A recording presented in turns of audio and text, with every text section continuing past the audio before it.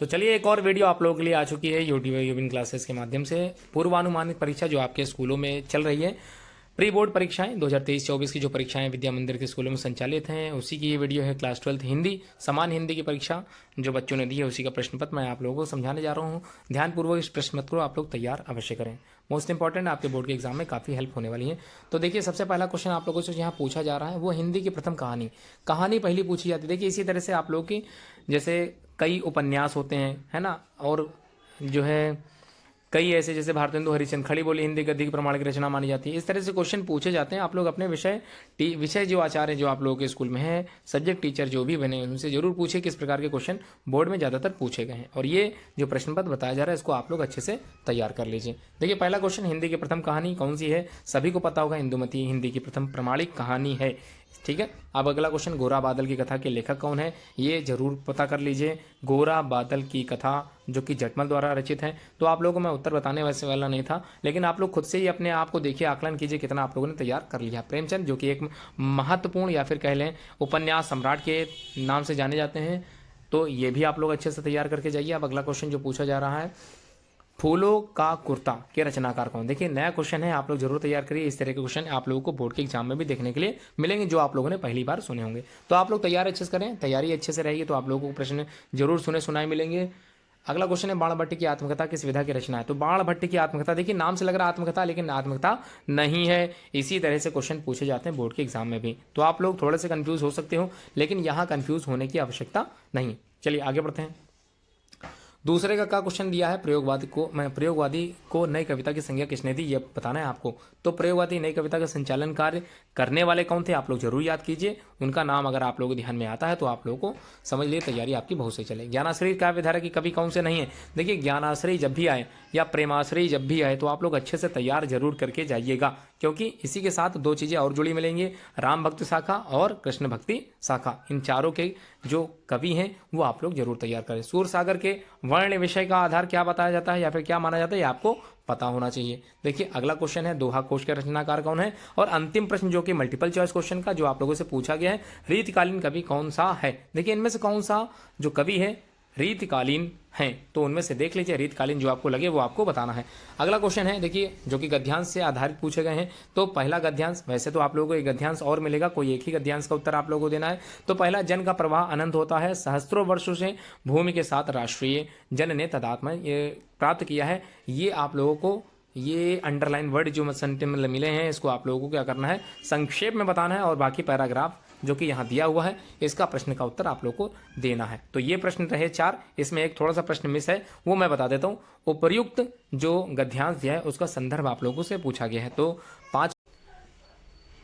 अगला जो पैराग्राफ आप लोगों के सामने दिख रहा है वो रमणीयता और नित्य न्यूनता अन्योन्याश्रित है। रमणीयता के अभाव में कोई भी जीवन मान्य नहीं होता। तो देखिए इस प्रकार का आप लोगों के सामने जो है गद्यांश दिख रहा है, इसी के प्रश्न नीचे दिए गए हैं, इसी का उत्तर आप लोगों को गद्यांश के माध्यम से देना है। तो उसको भी तैयार कर लीजिए अच्छे से अगर आप विद्या मंदिर में पढ़ रहे हैं। तो देखिए अगला क्वेश्चन यहाँ पर पूछा गया है आप लोगों से, काव्यांश को पढ़ के आप लोगों को कुछ प्रश्नों के उत्तर देने हैं। तो ध्यानपूर्वक प्रश्नों को जरूर देख लें और ध्यानपूर्वक इस पद्यांश को भी अच्छे से तैयार कर लें। बैठी खिन्ना यक दिवस वेगे में थी अकेली। तो ये जो पद्यांश है आप लोग अपनी पुस्तक में अवश्य देखें, जो भी आप लोगों को पढ़ाई गई है, जो भी गद्यांश पद्यांश जो भी आप लोगों को कोर्स में सिलेबस में है, अच्छे से तैयार करके जाइएगा। और प्रश्नों के उत्तर आपको इसी तरह के मतलब दिए गए हैं, इसके उत्तर आप लोगों को इसी पद्यांश के माध्यम से देने हैं। अब अगला देखिए, अगर ये नहीं आता पद्यांश तो आप लोगों को 2 पद्यांश में से कोई एक करना है, तो दूसरा पद्यांश भी आप लोग देख सकते हो।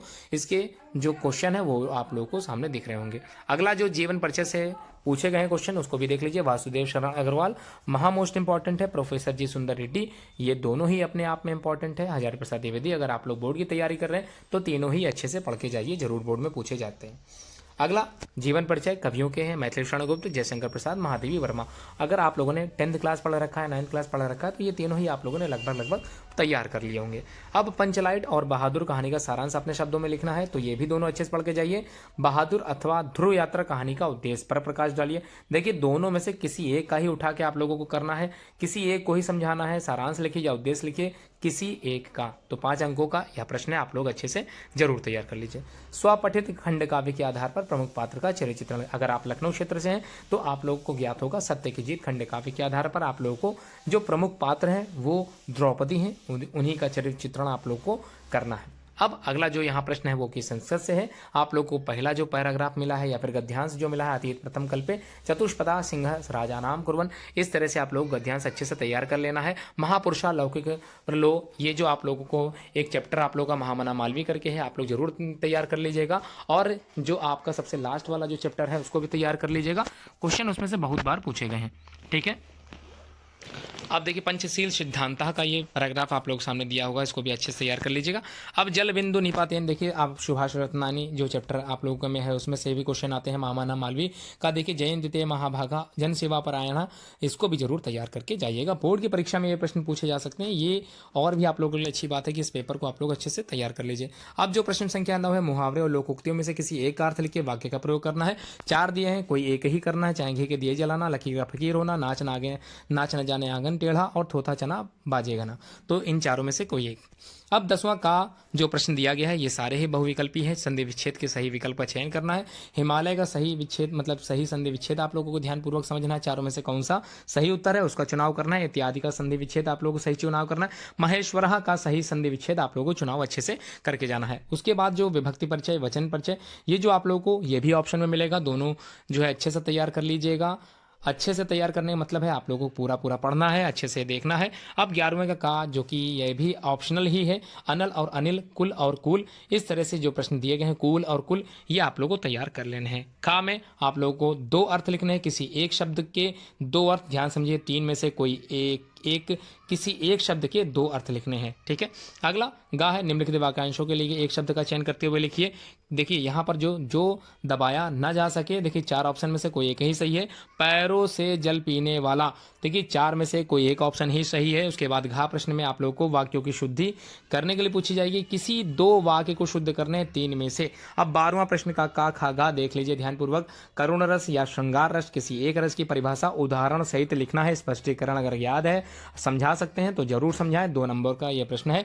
रूपक और उत्प्रेक्षा अलंकार की परिभाषा उदाहरण सहित देनी है। फिर से मैं कह दूं, स्पष्टीकरण अगर आपका तैयार है तो उसको जरूर स्पष्टीकरण के माध्यम से समझाएं। रूपक और उत्प्रेक्षा अलंकार, सोठा और रोला छंद। और सोठा के लिए तो मैं बता दूं, दोहा अगर आपको अच्छे से याद है तो उसका अपोजिट यानी कि उल्टा होता है सोरठा। तैयार कर लीजिए, मोस्ट इंपॉर्टेंट है। 13वां प्रश्न आप लोगों के सामने अथवा सहित आता है, इसका मतलब आपको एक ऑप्शन मिलेगा।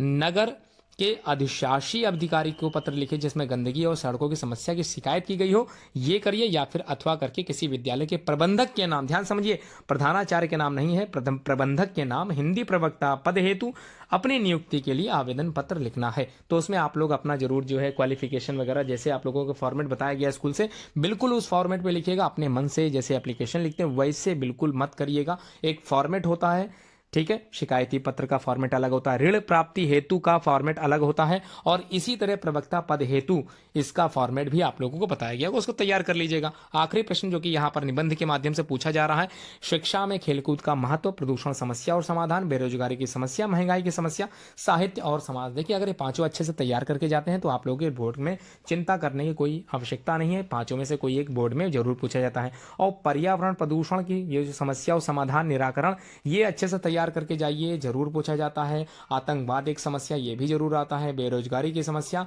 अवश्य आता है। इसको अच्छे से आप लोग अगर तैयार कर लिए हैं तो आप लिए बता दूं, बिल्कुल आप लोगों का प्रश्न पत्र अच्छे से तैयार हो जाएगा। तो बोर्ड की चिंता बिल्कुल मत करिए। यूबीएंस क्लासेस से जुड़े रहिए, निरंतर आप लोगों को प्रश्न पत्र मिलते रहेंगे। प्रैक्टिस अभ्यास मैं कराता चलूंगा, अच्छे से तैयारी आप लोग करते चलें। पूरी वीडियो आप लोगों ने यहाँ तक देखी, शेयर जरूर कीजिए। देखिए अगर वीडियो इतनी मेहनत से मैंने बनाई है तो इसको लाइक अवश्य कीजिए, जिसमें आगे की वीडियो भी मैं अच्छे से बनाता चलूँ।